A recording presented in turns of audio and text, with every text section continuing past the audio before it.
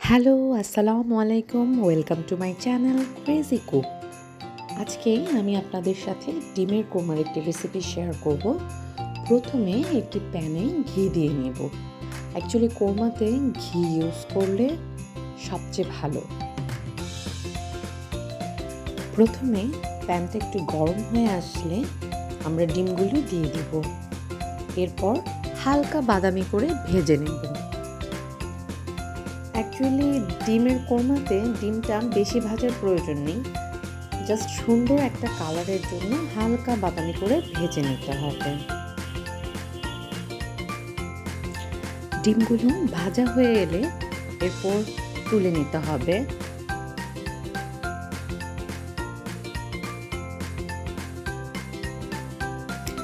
রান্নার এই পর্যায়ে আমি প্যানে একটু তেল দিয়ে নেব। এরপর এতে পেঁয়াজ কুচি অ্যাড করে নেব এবং পেঁয়াজগুলোকে ভালো করে বাদামি হয়ে আসা পর্যন্ত ভেজে নিতে হবে। এরপর এতে পরিমাণ মতো লবণ দিয়ে দিব, ভালো করে মিক্স করে নেব এবং বাদামি হয়ে আসা পর্যন্ত অপেক্ষা করব। দেখতে পাচ্ছেন পেঁয়াজগুলো বাদামি হয়ে এসেছে। এখন এতে করে মশলা অ্যাড করে নেব। প্রথমে রসুন বাটা অ্যাড করে নেব এবং ডিমের কোরমাতে সামান্য পরিমাণ আদা বাটা অ্যাড করব। এরপর আগে থেকে করে রাখা ঘন দুধ 1 কাপ পরিমাণ ঢেলে নেব মশলাটা কষিয়ে নেওয়ার জন্য। এরপর একে একে এতে এলাচ, দারচিনি, লবঙ্গ, তেজপাতা অ্যাড করে নেব। কিন্তু ডিমের কোরমাতে মশলা একটু কম ব্যবহার করতে হবে, না হলে মশলার স্মেলটা বেশি চলে আসবে। এরপর ডিমগুলোকে ভালো করে কষিয়ে নিতে হবে। আমরা ভালো করে নেড়েচেড়ে ডিমগুলোকে কষিয়ে নেব এবং এই পর্যায়ে একটু কাঁচামরিচ অ্যাড করব।